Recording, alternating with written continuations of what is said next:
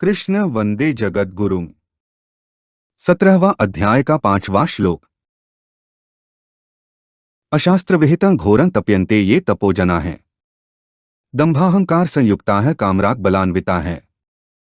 ऊपर कहे गए श्लोकों का अर्थ है, जो मनुष्य शास्त्र विधि से रहित घोर तप करते हैं, जो दंभ और अहंकार से अच्छी तरह युक्त हैं, जो भोग पदार्थ, आसक्ति और हठ से युक्त हैं, जो शरीर में स्थित 5 भूतों को अर्थात 5 भौतिक शरीर को तथा अंतःकरण में स्थित मुझ परमात्मा को भी कृश करने वाले हैं, उन अज्ञानियों को तू आसुर निश्चय वाले यानी कि आसुरी संपदा वाले समझ।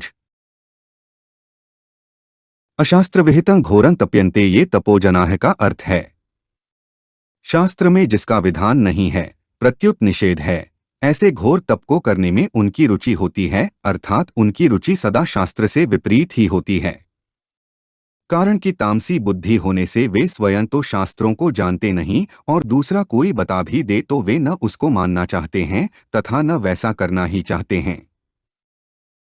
दंभाहंकार संयुक्ता है का अर्थ है, उनके भीतर यह बात गहरी बैठी हुई रहती है कि आज संसार में जितने भजन, ध्यान, स्वाध्याय आदि करते हैं, वे सब दंभ करते हैं। दंभ के बिना दूसरा कुछ है ही नहीं, अतः वे खुद भी दंभ करते हैं।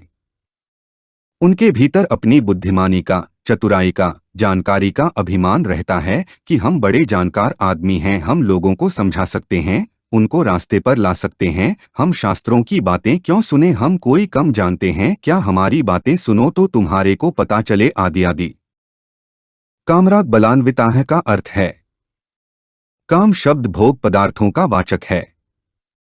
उन पदार्थों में रंग जाना, तल्लीन हो जाना, एकरस हो जाना राग है, और उनको प्राप्त करने का अथवा उनको बनाए रखने का जो हठ, दुराग्रह है, वह बल है। इनसे वे सदा युक्त रहते हैं।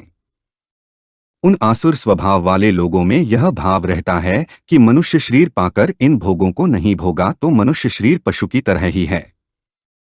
सांसारिक भोग सामग्री को मनुष्य ने प्राप्त नहीं किया तो फिर उसने क्या किया, मनुष्य शरीर पाकर मनचाही भोग सामग्री नहीं मिली तो फिर उसका जीवन ही व्यर्थ है, आदि आदि। इस प्रकार वे प्राप्त सामग्री को भोगने में सदा तल्लीन रहते हैं और धन संपत्ति आदि भोग सामग्री को प्राप्त करने के लिए हठपूर्वक जिद से तप किया करते हैं। विशेष बात, चौथे श्लोक में शास्त्र विधि को न जानने वाले श्रद्धायुक्त मनुष्यों के द्वारा किए जाने वाले पूजन के लिए यजन्ते पद आया है, परंतु यहाँ शास्त्र विधि का त्याग करने वाले श्रद्धारहित मनुष्यों के द्वारा किए जाने वाले पूजन के लिए तप्यन्ते पद आया है। इसका कारण यह है कि आसुर निश्चय वाले मनुष्यों की तप करने में ही पूज्य बुद्धि होती है, तप ही उनका यज्ञ होता है और वे मनगढ़ंत रीति से शरीर को कष्ट देने को ही तप मानते हैं। उनके तप का लक्षण है शरीर को सुखाना, कष्ट देना।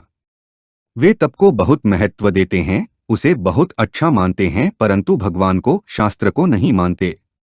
तप भी वही करते हैं जो शास्त्र के विरुद्ध है।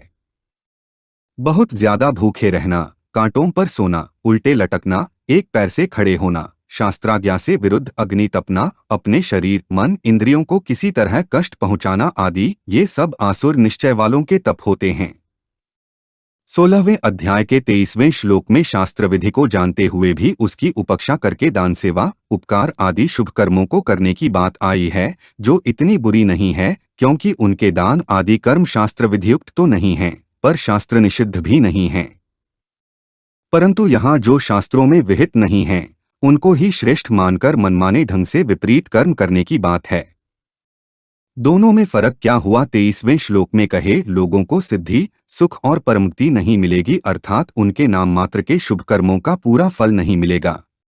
परंतु यहाँ कहे लोगों को तो नीच योनियों तथा नरकों की प्राप्ति होगी, क्योंकि इनमें दंभ, अभिमान आदि हैं।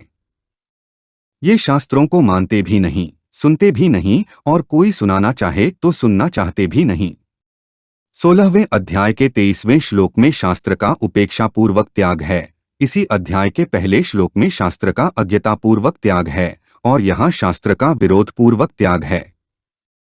आगे तामस यज्ञादि में भी शास्त्र की उपेक्षा है, परंतु यहाँ श्रद्धा, शास्त्र विधि, प्राणी समुदाय और भगवान, इन चारों के साथ विरोध है।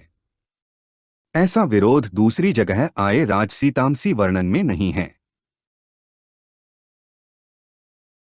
हमारे चैनल को सब्सक्राइब करें। अगर यह वीडियो आपको अच्छी लगी तो वीडियो को लाइक करें, वीडियो को अपने दोस्तों के साथ शेयर करें, अपने सुझाव हमें कमेंट करके बताएं। जय श्री कृष्णा।